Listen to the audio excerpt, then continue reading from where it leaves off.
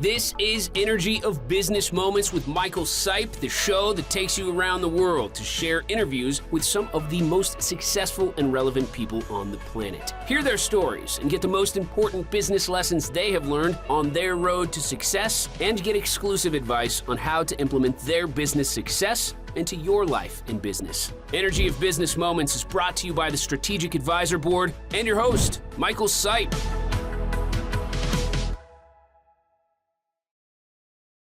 Hey everyone, welcome to the Energy of Business Moments podcast. I'm your host, Michael Sipe, and today on the show, I am thrilled to have Nancy Peltonen. She is the CEO or president of the Chamber of Commerce for the Greater Palm Bay area of Florida. I am a member of the chamber, so I know her well, and I know the creative environment, the wonderful supportive environment that the chamber has for the community. And so I am actually quite excited to have Nancy on the call because she's created quite a culture here in the area of Melbourne, Florida and Greater Palm Bay. And so I am excited to talk about how she brings a unique energy to the community and is so supportive of not only individuals, but businesses themselves, and gives a really good impact on the community from the chamber's perspective. So Nancy, welcome to the show. I'm glad to have you here. Oh, thanks so much, Michael. I appreciate being asked to be on this. It's an honor. Thank you. Yeah. Well, Nancy, tell us a little bit about how long you've been in your position here at the chamber. Oh, I guess it's about seven and a half years. I started in September of 2015, and it's been a wild ride, I have to say. Beyond my expectations. You know, when you take a job, they sort of tell you some of the roles and responsibilities. And I think they leave out more than they tell you. So it's been some amazing opportunities that not in a million years would I have ever thought I'd, get up close and personal to some of the rockets that we've had launched here, meeting dignitaries from around the world. We, got to go on a MHS Mercy, which is a ship from England. We got to have them play taps, and we were on their ship, and just going through Blue Origin. I mean, that's was amazing on Brightline, and meeting the CEO of Brightline down in Miami and talking about that. I mean, there's just been so many unique opportunities. And I think our area is so unique and it's so multimodal. We're in just the most fascinating place I think you could be in the United States right now. It's this hidden. It's not so hidden anymore, but it kind of has been this hidden gem that people, oh yeah, we know Kennedy Space Center or Cocoa Beach, I Dream of Jeannie. But really, Brevard County is a hub for technology, for manufacturing. It is so diverse from the old days of the shuttle that it's just an exciting place to, as I say, live, work, and play. I just love it here. I just think it's beautiful. Yeah, well, obviously, the beaches and all that Florida is known for, but then to have this tech component, this business component, the expansion that's going on is pretty remarkable. And having that sort of catbird seat.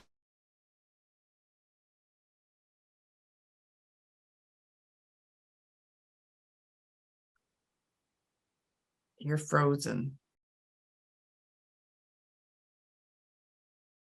So you talked about some places you've been, but more importantly, tell me a little bit more about what you want the chamber to be doing for the community.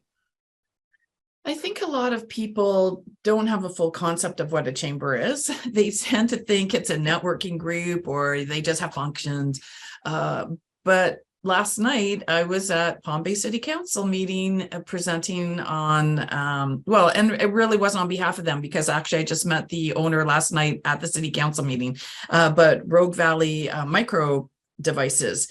They are looking to move into Palm Bay, and, we're wanting an ad valorem tax abatement. The county commissioners had their panel that reviewed it, and they did not follow the panel's advice and turned it down. And so it put a larger burden on the city of Palm Bay and on our city council members to increase the percentage that they were going to give. And so even though it was more of a burden for Palm Bay, having a micro device manufacturer in Palm Bay in our tech corridor that's right near L3 Harris and Renesas and Raytheon and Camid and Larson Motorsports makes a lot of sense. And the salaries were much higher than the numbers that had been initially given to the county commissioners. So once that was reviewed, it absolutely makes sense for us. And so I was there till 9 o'clock at night, waiting for my 3 minutes to, talk about it, to let the city council members know how important it was. They had given a grant to CAMID. So that's the Center for Advanced Manufacturing and Innovative Design that is part of Florida Tech. So they realized that it's important for that tech corridor to happen. And why would you then turn down, being able to do a tax abatement for this company? And it's based on performance. So people think, oh, it's just an automatic thing. No, there's metrics. And if they don't meet the metrics, then they don't get the abatement. And it peters down, so for the first 4 years, they could get up to 70 or 80%. And then it goes down to, 70 and then 60, then 40. And so it's not a forever thing, but you think of how many jobs it is, and then how that spins off into the community, as they could have a spouse that owns a business. They're going to shop here. They're going to live here. They're going to buy here. It's so much more than just the job factor. And the company is looking to put 25 million into renovations.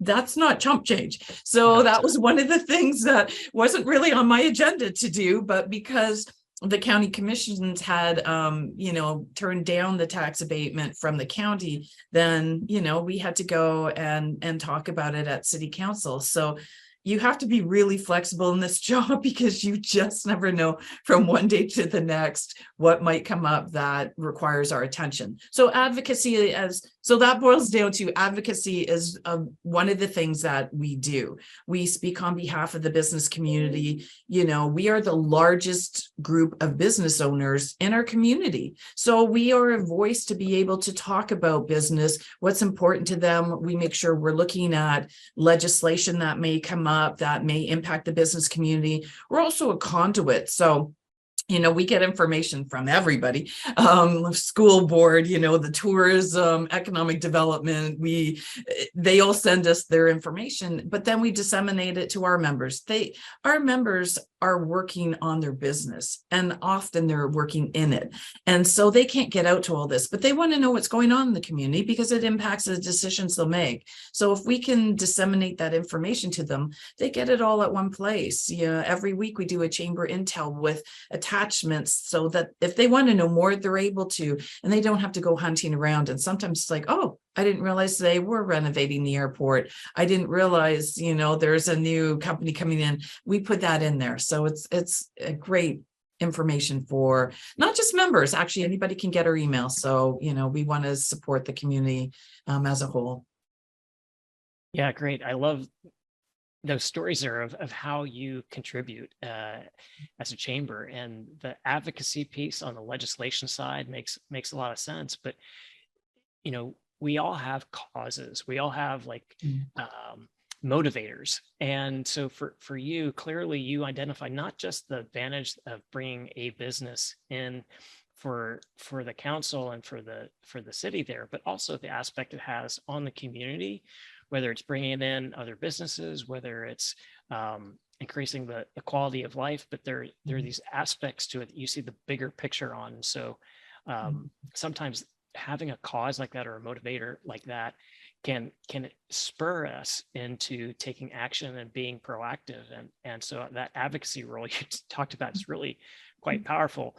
And then I love the idea of being able to keep the community informed, because business owners are busy. Like most of the listeners and viewers of this podcast, they have their own businesses. And so the challenge of trying to be aware of what's going on around them, especially, in the community, can be quite challenging. So what a great resource to have and to know what's going on. and you get your finger on the pulse, and you see opportunities to help. So why don't you share a little bit with us about how the chamber also helps local businesses. And one of the things, maybe a story about how you've helped some businesses.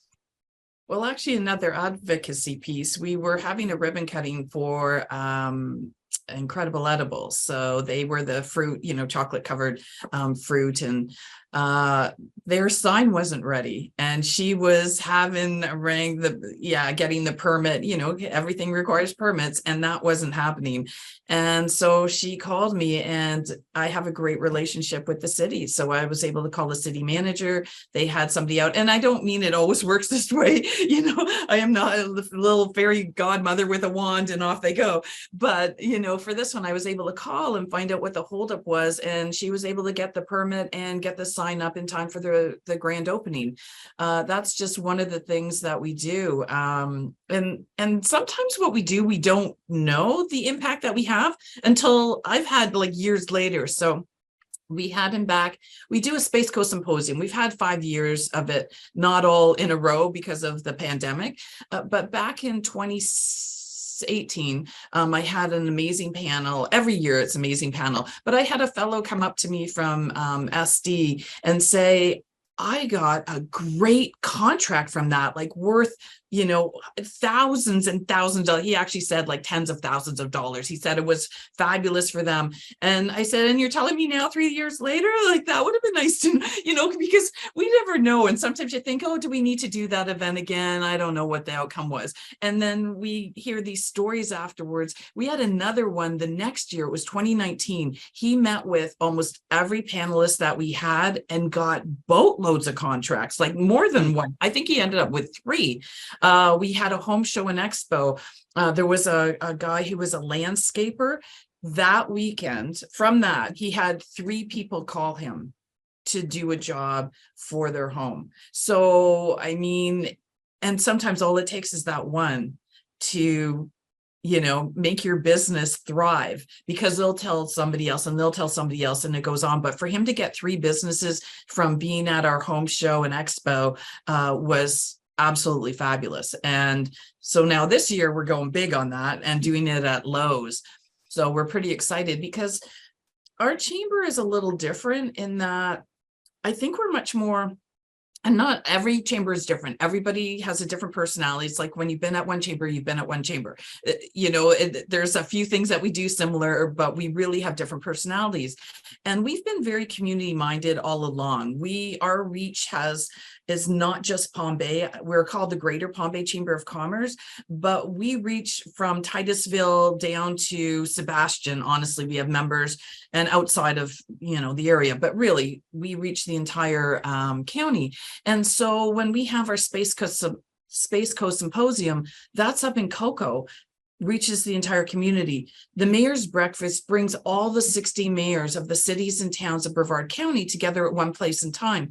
There's no other event that does that. So we reach the entire county. Our home show and expo is a business to consumer. It's not just for members, and it reaches the entire community. So I know some focus their events just for their members, but some are business to consumer businesses. So, it doesn't help them reach their target market. So we try and have events for our different populations that really help them grow their business in a way that they probably wouldn't get otherwise.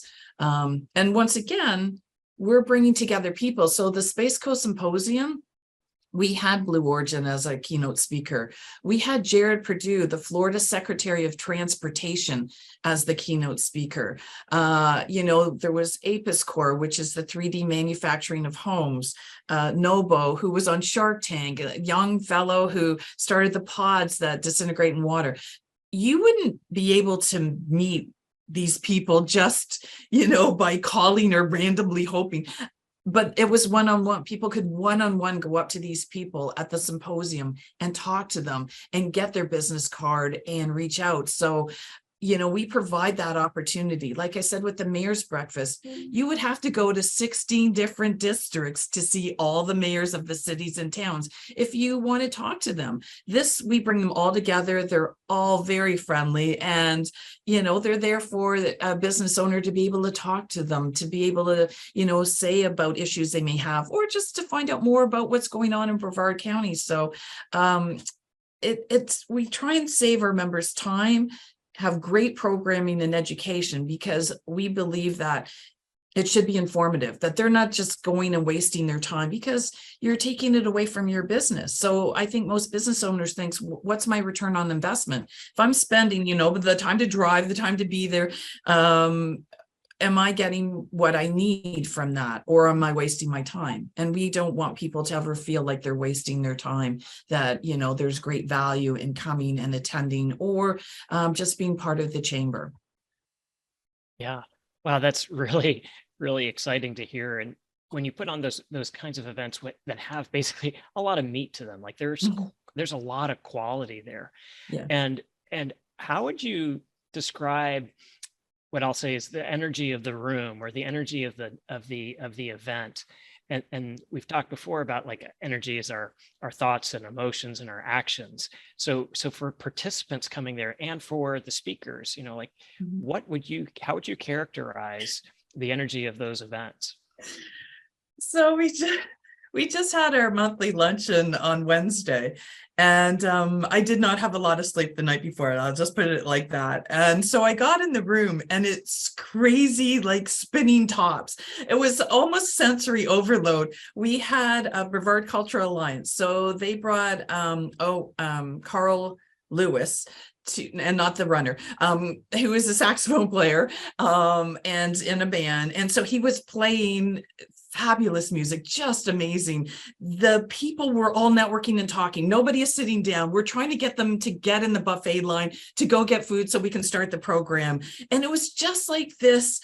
It feels like, when they talk about water boiling and it's all this, it felt like that. And it always brings me such joy, because I've been a member of other chambers when I work for a different company, and I've been at lots of groups. And when you go in and you're feeling you're not sure, you don't know a lot of people there, sometimes you're going for the first time, you feel like you're having to shuffle your way in, or like, hi, somebody talk to me, and I remember that feeling. And so I have always said to the team, we never want anyone sitting by themselves all alone and having that uncomfortable feeling, unless they, we go up to them and say, hey, can I help you? And they're like, oh no, I'm on a call, or I need to, that's okay. We don't want to bother them. But otherwise, it's always, how can we help you? Who can I connect you to? Who do you want to meet? Is there somebody that, makes a good connection for you?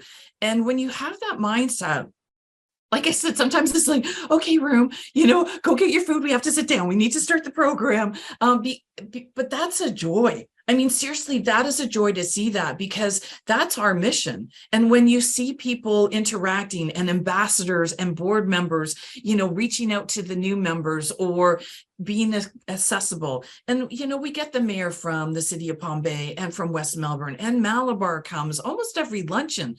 I mean, that's amazing. Most don't have that happen, where you have the direct access to them. And a lot of the city council members come. So, they really become part of the community, and it's that openness. I think it's that feeling welcome and feeling like you're part of something.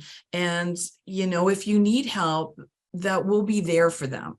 I think that was always what brings me joy, is when we hear the success stories. But during the pandemic, that was really trying. And we did a lot of webinars, I have to say. So this is my first one in a while. We did 15 in a month and a half, just the chamber. And then we did, with the 4 chambers all together, we did like another 15. So, you get a little zoomed out with all that, plus all the ones we were on. And we did one on the PPP loan and the EIDL loans. And one of our members said they didn't even think they'd qualify. They didn't know anything about it. And they ended up getting $10,000 because of the webinar and us promoting it. and tithe back $1,000 to us because he said, I am so grateful for, the information that you always provide for your members and your care and concern for them. And that was just like, something like that just warms your heart. I mean, we are here to support, but sometimes we don't know our impact. Mhm. And so when you hear that, or somebody tells you a story like that, and then comes in with a check, wow. I mean, that's not a normal thing, but that was a wow. So that was really very nice. So, yeah. Yeah. Oh, good. Those are fabulous. And when you talk about the room and the environment, especially like you said, yes, for the luncheon, Yeah. you talked about how you can feel it. Yeah. And so there's kind of the quantity of the energy, but then it's the quality of the energy. And so when you are feeling that joy, you're reflecting a lot of the joy that other people have. And I can vouch for that myself, because in two instances, one was the first event I ever went to, and I felt welcomed right away, like that people were reaching out to me. You talk about, the teamwork of staff, like you referred to them as your team, right? And so that's sort of that inclusive, hey, let's work together. And then I felt like, hey, I'm part of it as well. Good. And then when I've been to the luncheons and so forth, yeah, you are so right. Like everybody is just excited to be there. They're looking to meet other people. Hey, oh, I know somebody who can help you with that. And so when you're talking about the chamber helping, yeah, and the members are helping each other by saying, oh, you need to talk to so and so, they could really help you with that problem or that challenge. Yeah. So yeah, the quality of that energy there in the room and within the network there is fabulous. Well, we can also see, the outcome of that, because really for the longest time, we never had a salesperson. I mean, we didn't. The first 2 years I got here, it was Pat Lucky and myself. And so it was word of mouth. And now with Carolina Rojas on the team, Rojas G, and Cindy Hunt, it's still a lot of word of mouth. People saying, hey, have you checked out the Greater Palm Bay Chamber of Commerce? Hey, do you know about this event? And that to me speaks volumes when, we'll say, well, how did you hear about this? Oh, well, so-and-so invited me, or I'm here with, and I mean, they're like our salespeople. We have Cindy, she's awesome, but really, when people are bringing others and suggesting that they join the chamber and, that they know that we will help, because part of doing business, and, they always say you do business with people, like, and trust. And so for us to have earned that trust, that they know if they refer somebody to us, they won't be disappointed, or they won't go, oh, I never should have done that, because that's always a concern, right? When you are putting your reputation on the line to refer somebody to another's business, you want to make sure that they are treated like gold. And I feel, that we have earned the respect that people know if they refer to us, that we really will fulfill, that expectation to really help members. So it's a really great feeling to have. Yeah, for sure. And the validation you get from that is immense. And it almost sounds like, hey, all that effort we've been doing, it's paying back, and it's been reflected in the referrals people give to being a part of the to an event, or actually becoming a member of the chamber. Yeah, good. Yeah, we had a banner. I mean, seriously, we had 60 new members in January. We thought we would just kind of ease into January. Everybody's slow getting back. I tell you, almost every single day had something going on. It was, one of those, wow, when do we take a breath? But 60 new members, we had 24 referrals. We had we did an economic outlook and job solution summit that we live streamed through the Florida Chamber of Commerce. We had like 7 ribbon cuttings and open houses. We had 4 chamber events. We had 7 group meetings. We had advocacy that we did. This is all in 1 month, we went to probably 15 different outside group events. So whether it was CivMil, which is the Civilian Military Council, or the Home Builders and Contractors, or We Venture, or the Florida Chamber. So we were bringing all this information back to the chamber. It was, it really was for us a banner month, and that continues. As you say, when you have the positive reinforcement, you continue on that. And so we are moving forward with a lot of fabulous events that are already getting so much traction. And for us, we're kind of like, wow, what's going on? You're kind of but I think because we've been doing a number of them, a couple of years, we don't have, it's the 50th whatever installation, we're not that old, but I think that track record and people coming to things like the symposium or the mayor's breakfast, our quarterly women's luncheons or our monthly luncheons, then they get more traction. People want to be part of it, and they may want to market their business through them because they know the exposure and the people that will be in the room. Often what we try and tell people too is they may not think an event is right up their alley or something for them, but you don't know who's going to be in that room. You often have to think, okay, maybe the actual program isn't for me, but the 320 people in the room are probably for me. So, you go because of who's going to be there more so than really what the program, and we don't want to put you to sleep. We think you can have fun and do business. So we do try, to have Carl playing the sax. And I was called on stage almost like it was Ball Bark or Come On Down. It was so fun. And, we're like, how can we get Carl every month? This is wonderful. I just think that you can have fun and do business. I don't think that it has to be boring and stuffy where you're looking at your watch, wondering what time this is going to be over because you're done. I've been there, done that, and we try not to do that. So, yeah. The word that comes to mind here is diverse.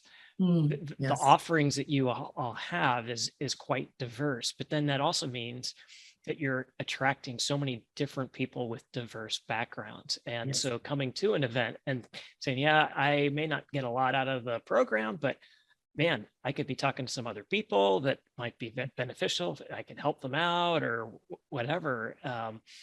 That creates a very diverse community. And so I think it's a great tribute to that openness that you've created, that culture of openness that creates that diversity naturally. It's one of those things that build. I agree. We have a multicultural networking group. They had one that started before my time. And I was part of it actually when I worked at my other position. I used to go to it and it was great. And then it kind of petered out. So we decided to start it again. It was about 2019, early 2019. Of course, right before the pandemic. It was great. And but it was it's so fun and it's open to everybody. And, I'm from Canada. Caroline is from Colombia. We have Kaori from Japan, Javier Mulinares. And there was a lot of people from all over, PK from India. It's a very diverse group and you never know who's going to be at it. And it's, like I said, it's open to everybody. And through the pandemic, we did Zoom meetings. We didn't drop any of what we did during the pandemic. We had been using Zoom since 2016 with our chamber chats every month. So it wasn't something new for us. For some businesses, they had never heard of Zoom. It was a whole different ball game. With us, we're like, oh, sure. Okay, so it's just like doing chamber chat online. We'll just put all our events online. And that's what we did. And for so many of them, having that monthly interaction when it was so stressful and not knowing what was going on and businesses were in flux and so many of them were worried they weren't going to make it. It was a touch that, we tried to make it fun too. So there were bingo games and some were playing music and, just to liven it up. And it just has continued on. The last one was at Gary Yeoman's Ford Palm Bay. Fantastic. There had to be about 40 people there, all mingling out on their deck that they kind of have at the back. Lots of great food and networking, and they always have some kind of program, not always, but usually, and great takeaways, but just such a great group. And every time it's different, we always have different people. And I think that's what's so unique, is it's not the same people. Because I think sometimes when you go to things, you're like, okay, I'm going to see the same people. And it's just really not like that. And that's great. Yeah, it's a really interesting point there, that you got people that you never know who you might meet, and it's going to be different every time. And that's true from what I've seen as well. Yeah, you have some regulars, but then you also have a lot of new people that you haven't met, and so that's great. Mm-hmm. Good. Well, as you said, business is hard, and sometimes people get caught in the business and so busy with the business that they kind of lose that fun, and it becomes drudgery, running that business, because they're so involved in it. And so we can have kind of like a sort of a catabolic kind of thing where it's sort of destructive in a way, mentally, for a lot of business owners, where they're stuck in that. So what have you noticed, other than some of these great qualities of creating a community within the chamber ecosystem? What are some things that maybe you have noticed that where you've maybe been able to help out a little bit with a business that's struggling, or how the community maybe rallied around and was able to help that business? Well, one of the things that we do are referrals. So we know of resources that we're able to connect members to, and non-members as well. I mean, we don't come and say, oh, you're not a member, we can't help you. That's not who we are. And that's a huge help, because of the number of resources that are there. It's hard to know. I mean, even for us, I'm on the industry workforce board for CareerSource, and found out that they have a program that if you are struggling financially, you have to be more than a sole proprietor. So there are some rules and regulations, but if you're trying to keep your employees on, if you're trying to keep the doors open, there's some funding for businesses that are in that situation. We've referred a number of businesses to that program. They also have programs where sometimes it's difficult to bring on a new person, but they can fund having somebody come, often for 30-week program, and they'll sometimes pay the whole thing, sometimes a percentage. That's one of the things we do, is really help them with resources that are available in the community. We can't do it all ourselves. It makes no sense. There's so many great organizations in the community, though, that do help with this, and we connect them to that. We also have presentations that, have information on resources that are out there. And we try and connect people to when they join, and anytime, but when they join, I mean, right away, you kind of want to get them involved and get them connected, and they'll walk away with 10-15 business cards of people they can reach out to, and we can do virtual introductions and make sure that they get connected. We've also had people come in here because I think they do trust us and see us as a safe place, and just cry. Sometimes as a business owner, you are so stressed out and you have to keep that face for your employees, and so they come here and feel like, we're here to listen and we're here to help, and we have comfy chairs in our lobby and we just, sit down and talk. And I think that's what makes us a little different. I try and have people make appointments with me, but they know if I'm wandering around or I'm here, hey, you got a sec? Because we're here for our members. We're not an entity just to be an entity. We're the chamber to help our members. And if we're not accessible, if we're kind of have this, oh yeah, no, you can't talk to me, or I'm too busy for you, that's not helpful to them. That's not why we're here. They're the ones that pay the salaries, that help us put on all these events, that are why we're in existence. And we try never to forget that. And I think the members feel that comfort to be able to share with us. we've helped people that we know are struggling and having challenges, whether we've given them a membership to help them through. Some have been financially supported with donations from members. We, just bring it to their attention. I think we're much more of that community minded, I don't know, like just really helping the members, because we want to see them succeed. It brings no joy when we find out somebody's not renewing because they're closing their business. That hurts all of us. So yeah. Wow. Well, that's some great perspective. And, when I first heard you talking, I was thinking about, oh, you're like the hub in a spoke of many wheels, like of many, many spokes where somebody comes and they have a challenge. And so great, you can turn into some resources. But then the other aspect to it is like, you can set up a system or a process, and it might be the hub and spoke kind of model. But if you don't have at the hub people that care and willing to help, then those resources, it may just be one other spoke rather than 10 other resources that could be of value. And so I love the aspect of you not only providing connections to others when they need those resources, but it's also that aspect of like, hey, we're kind of here for you too. So if you need to chat and cry about like closing your doors or whatever, like that's totally fine.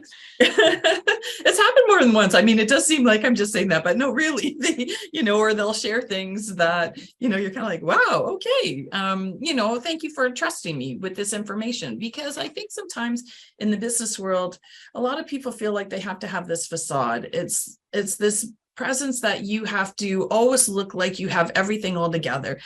And I mean, nobody does. They just don't. And you have to be real, and you have to, understand that people could be having a bad day, and, they may not have meant to snap at you. They, you have to understand what they could be going through. And I think that's difficult to do sometimes, because as you say, we make judgments and we have, past history in our minds, and that becomes part of our psyche. And so sometimes we'll jump to a rash conclusion, and we try not to do that. We try and, work with everybody and just think, okay, well, maybe that wasn't a great first impression, but the next time it's going to be different.